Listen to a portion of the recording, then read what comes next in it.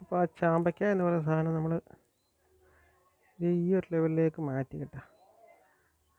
2 ദിവസം വെയിൽ കൊള്ളിച്ച് നമ്മൾ ഈ ലെവലിലേക്ക് നമ്മൾ മാറ്റി. അപ്പോൾ നമ്മളതിനകത്ത് ചേർക്കുന്ന സാധനങ്ങളാണ് കേട്ടോ. ഈ കുറച്ച് ഇഞ്ചിയുണ്ട്, വെളുത്തുള്ളി വട്ടത്തിലരിഞ്ഞുണ്ട്, പച്ചമുളകുണ്ട്, അതുപോലെ ഉലുവായും കടുക് പച്ചയ്ക്ക് പൊടിച്ചതാണ് കേട്ടോ. വിനാഗിരി ഉണ്ട്, നല്ലെണ്ണയ്ക്കകത്തല്ലേ ഇത് ഉണ്ടാക്കുന്നത്. ഓക്കെ, അപ്പം ഗ്യാസ് തീർന്നുകൊണ്ട് നമ്മൾ ചീനിച്ചട്ടിക്കകത്തിലാണ് ഉണ്ടാക്കുന്നത്. പുറത്തെ ചീനിച്ചട്ടിക്കകത്തിലാണ് ഉണ്ടാക്കുന്നത്. അപ്പം നമുക്ക് ആദ്യം നല്ലെണ്ണ ഒഴിക്കാവേ.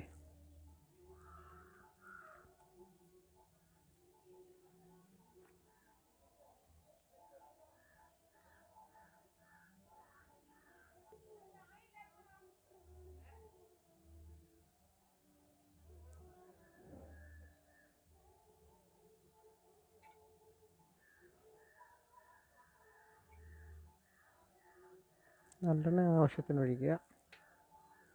ഓക്കെ, പിന്നെ നമുക്ക് കറിവേപ്പില ഇട്ട് കൊടുക്കാം. ഇഞ്ചിയും വെളുത്തുള്ളി പച്ചമുളകും.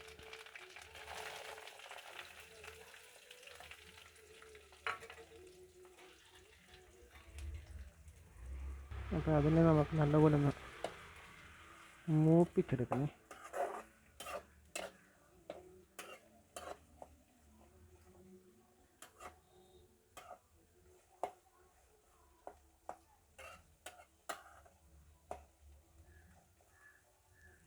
ഒന്ന് അവിടെ കിടന്ന് മൂക്കട്ടത്.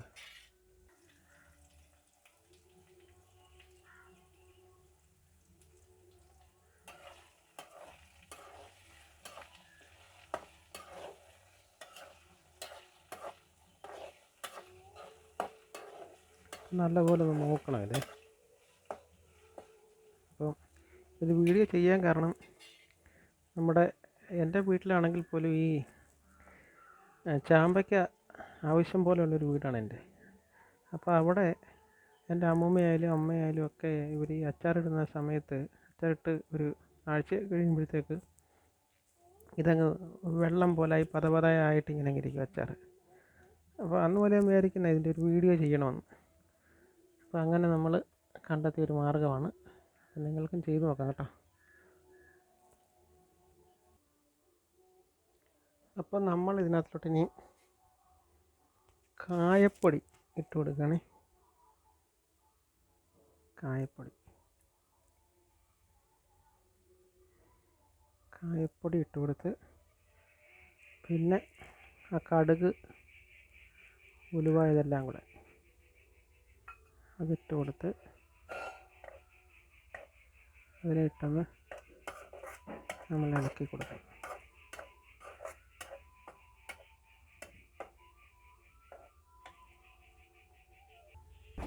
അതിനകത്തിലേക്ക് നമ്മളൊരു 5 സ്പൂൺ മുളക് പൊടി ഇട്ട് കൊടുക്കുകയാണേ.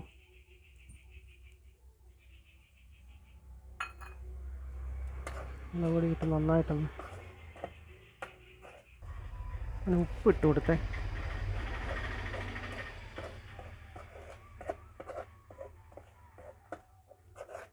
ഇനി വിനാഗിരി നമ്മൾ ചൂടാക്കിയതാണ്. ചൂടാക്കിയ വിനാഗിരി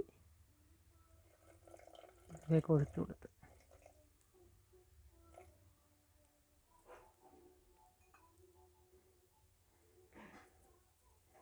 എന്നിട്ട് നമ്മുടെ സാധനം ഇളക്കി കൊടുത്തിട്ട്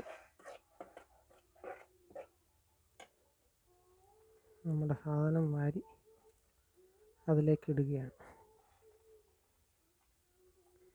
പറഞ്ഞ ചാമ്പയ്ക്ക. അങ്ങനെ അവസാനം നമ്മൾ ഈ ഒരു ലെവലിലേക്ക് ആക്കി എടുക്കും കേട്ടോ. വെള്ളം ഒട്ടും ഒഴിക്കാതെ നമ്മൾ ഉണ്ടാക്കിയതാണേ. കണ്ടോ? ഇനി ഇത് പൂക്കുകയോ അങ്ങനെയൊന്നും ചീത്തയായി പോകത്തില്ല. നിങ്ങൾക്കും ഇത് ഇങ്ങനെ ചെയ്ത് നോക്കാം. അപ്പോൾ ഇതിന് ഡീറ്റെയിൽ ആയിട്ട് ഇത് വീഡിയോ ആദ്യമായിട്ട് ചെയ്യുന്നുണ്ട് കേട്ടോ. അപ്പോൾ ഡീറ്റെയിൽ ആയിട്ട് നമുക്ക് പിന്നെ ഇത് ഞാനൊന്നുകൂടെ കാണിക്കാം.